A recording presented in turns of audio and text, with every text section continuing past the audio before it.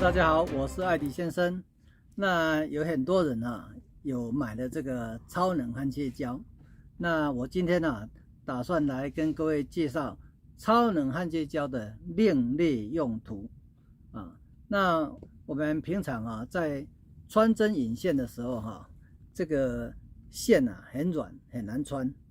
那我们超能焊接胶呢，可以帮助我们来很容易的把这个线穿进去。该怎么做我来示范给各位看。那我从这种针线盒里面取了一根最小、最细、最难穿的针就在这里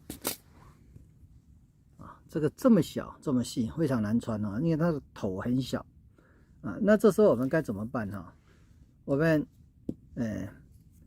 在这个线头拿一点然后呢，取一个塑胶袋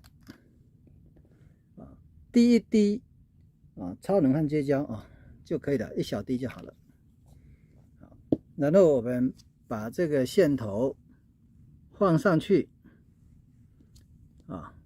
将这个塑胶袋折起来再将线拉出来就是这个线有被沾到一些胶水然后拿个卫生纸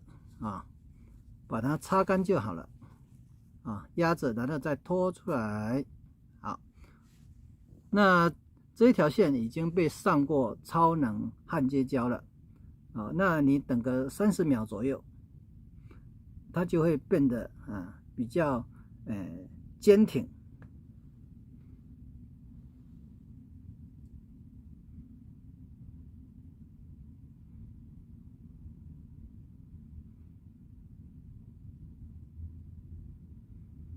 然后我们用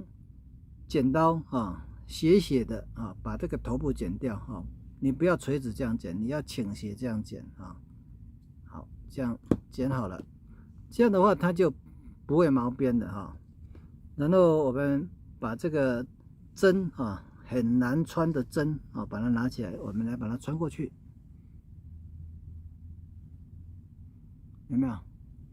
一下就过去了，快不快？所以说呢，这个超能焊接胶可以非常有效的帮助我们完成穿针引线的动作。那各位不知道有没有学起来呢？好，那今天影片就到这边，谢谢各位，我们下次再见，拜拜。